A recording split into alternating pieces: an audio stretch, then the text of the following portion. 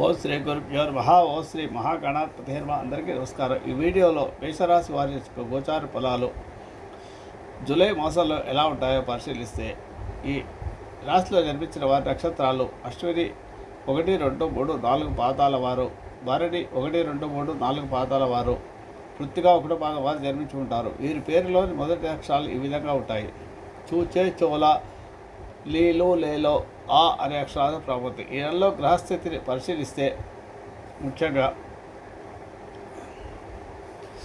ఈ మాసంలో మేషరాశి వారికి కుటుంబ స్థానం అంటే విషమంలోనే నక్షత్రంలో శుక్రగ్రహము, తృతీయ స్థానంలో రవి గురువులు, చతుర్థ స్థానం అనగా కర్కాటకంలో బుధగ్రహము, పంచమ స్థానంలో కుజకేతువులు, లాభస్థానంలో రాహు, ఏ స్థానంలో అంటే మీనరాశిలో శని సంచారం జరుగుతుంది.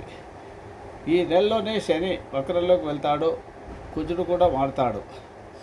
ఇక దీనివల్ల ఫలితాలు కొంత మీకు నిశ్చయంగా ఉంటాయి. జూలై మాసంలో కూడా గ్రహచారం అనుకూలంగా ఉందనే చెప్పవచ్చు. కానీ ఆదాయానికి మించిన ఖర్చులు చేస్తారు, ఇబ్బందులు పడాల్సిన పరిస్థితి వస్తుంది. కాబట్టి ఖర్చు విషయంలో కొంచెం జాగ్రత్తగా ఉండండి.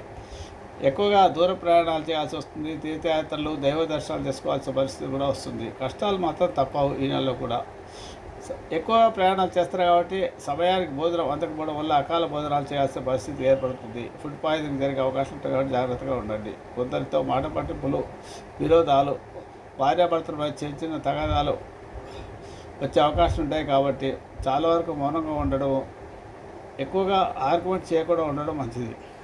శత్రువుల వల్ల కూడా సమస్యలు తప్పవు. స్థిరాస్తుల విషయంలో కూడా ఇబ్బందులు కలిగించే అవకాశాలు ఉంటాయి. మీ యొక్క శత్రువుల వల్ల చేయి పనుల్లో ఆటంకాలు, సోదరవర్గంతో వైరాలు, ప్రయాణాల్లో ఇబ్బందులు, శారీరక శ్రమ, అలసట ఇలాంటి విషయాలన్నీ ఉంటాయి.